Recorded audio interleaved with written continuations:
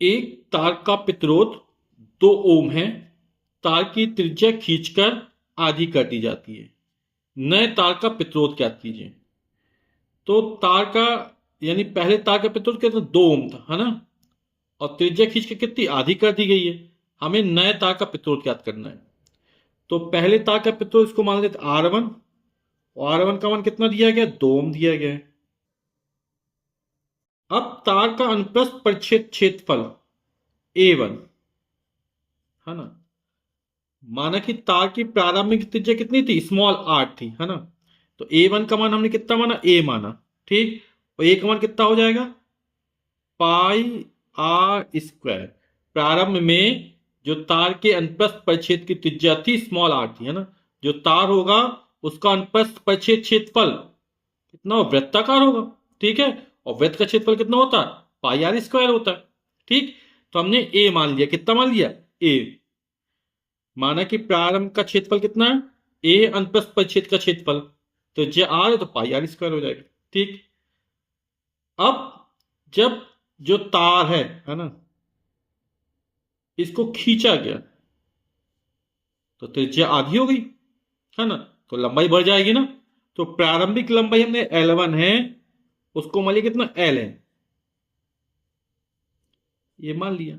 अब जैसे ये तार है, इसको खींचा जाएगा, इसकी लंबाई बढ़ जाएगी, त्रिज्या कम हो जाएगी। लेकिन तार का जो आयतन है वो नहीं बदलेगा। जैसे मान लो हमारे पास आधा किलो बूंदी के 10 लड्डू हैं, हमने उनको 20 लड्डू बना दिया। तो क्या हो जाएगा, लड्डू साइज में छोटे हो जाएंगे, है ना। उनकी त्रिज्या कम हो जाएगी। लेकिन आधा किलो के आधा किलो ही रहेंगे, है ना। चाहे 10 बन जाए, चाहे उसके 20 बना दो, चाहे 50 बना दो, साइज छोटा होता चला जाएगा। और 5 बना दोगे तो साइज बड़ा हो जाएगा, लेकिन वो आधा किलो ही रहेंगे। इसी तरह यहां पर तार की त्रिज्या, है ना, कम कर देने पर लंबाई बढ़ जाएगी। त्रिज्या बढ़ेगी तो लंबाई कम हो जाएगी, है ना। यानी आयतन परिवर्तित नहीं होगा।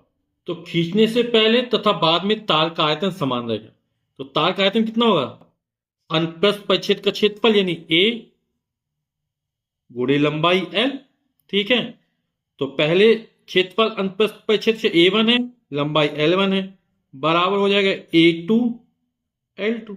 और हमें इसकी जरूरत क्यों पड़ रही है, क्योंकि हम जानते हैं कि प्रतिरोध R बराबर तो रो L अपॉन A, इसीलिए हम ये निकाल रहे हैं। अब A1 L1 तो पता है, A2 L2 ज्ञात कर लेते हैं, है ना। तो इसको मान लेते हैं समीकरण नंबर 1। A2 बराबर कितना हो जाएगा हमारा, A2 बराबर हो जाएगा, तार की त्रिज्या खींचकर आधी कर दी जाती है। तो पाई, और त्रिज्या कितनी मानी, स्मॉल r मानी, तो r का आधा कर देंगे, r/2 कर देंगे, स्क्वायर कर देंगे, पाई r स्क्वायर। और त्रिज्या क्या हो गई, पहले की आधी हो गई। तो पाई r का स्क्वायर, r स्क्वायर अपॉन 2 का वर्ग 4 हो जाएगा। इसको लिख सकते पाई r स्क्वायर बटे 4। और पाई r स्क्वायर का मान कितना माना हमने, a माना। तो ये हो जाएगा a बटे 4। ठीक। हमें L2 चाहिए, तो इस सूत्र का प्रयोग करेंगे तो L2 का मान हमारा निकल आएगा। तो सबके मान रख देते हैं यहां पर। तो A1 का मान कितना है, A है। फिर L1 का मान कितना, L माना, बराबर A2 का मान कितना निकला, A/4 निकला। L2 का मान अब निकल आएगा, A से A कैंसिल हो जाएगा, है ना। और 4 का यहां पे जाकर गुणा हो जाएगा। तो L2 का जो मान निकलेगा वो निकलेगा 4L। ठीक। आप लोग जानते हैं R इक्वल टू होता है रो L अपॉन ए। R क्या है, तार का प्रतिरोध, रो क्या है, विशिष्ट प्रतिरोध, L क्या है, तार की लंबाई, और ए क्या है, अनुप्रस्थ परिच्छेद का क्षेत्रफल। अब चूंकि तार को खींचा जा रहा, तार की लंबाई तो बढ़ गई, चौड़ाई कम हो गई। तार का पदार्थ तो वही है, तार तो वही है ना। तो जब पदार्थ नहीं बदलता है तो विशिष्ट प्रतिरोध का मान नहीं बदलेगा। तो रो क्या रहेगा, कांस्टेंट रहेगा, स्थिर रहेगा, है ना। खींचने के पहले प्रतिरोध R1 है, लंबाई L1 है, क्षेत्रफल A1 है। खींचने के बाद कितना हो जाता है, R2 बराबर हो जाएगा रो, रो नहीं बदलेगा, L2 अपॉन A2।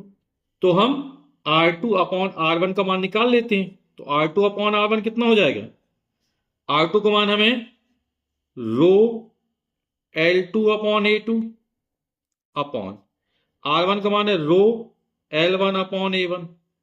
ठीक, रो से रो कैंसिल हो जाएगा, कितना हो जाएगा L2 अपॉन A2 बटे L1 अपॉन A1। आप लोग जानते हैं बटे के नीचे बटा लगाओ तो ये संख्या पलटेगी ऊपर जाकर गुणा हो जाएगा। कितना हो जाएगा L2 अपॉन A2 पहले से था अंश में, है ना, ये संख्या पलट देंगी तो हो जाएगा A1 अपॉन L1। इसको लिख सकते हैं L2 upon L1 into A1 upon A2। सबके मान रख देते हैं। अब L2 तो बाद में लंबाई L2 का मान हो गया 4L और A2 का मान कितना हो गया A/4। ठीक, तो L2 का मान हमारा कितना है 4L है। L1 का मान प्रारंभिक लंबाई L मानी थी, A1 का मान प्रारंभिक अंतःस्थ परिच्छेद क्षेत्रफल A था और A2 का मान कितना हो गया A/4 हो गया। ठीक, L से L कट जाएगा, A से 1 कट जाएगा, ये बटेगा 4 ऊपर पहुंच जाएगा, कितना 4 चौक 16 हो जाएगा। यानी कि R2 अपॉन R1 का मान जो निकला वो 16 निकला।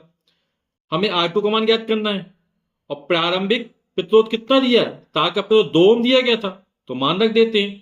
तो R2 बराबर हो जाएगा 16 R1 गुणा कर दिया और 16 R1 का मान 2 ओम है तो 16 दूनी 32 ओम हो जाएगा। आप इसको इस तरह लिख सकते हैं 32, ये ओम का चिन्ह है। ठीक, यही हमारा आंसर हो जाएगा।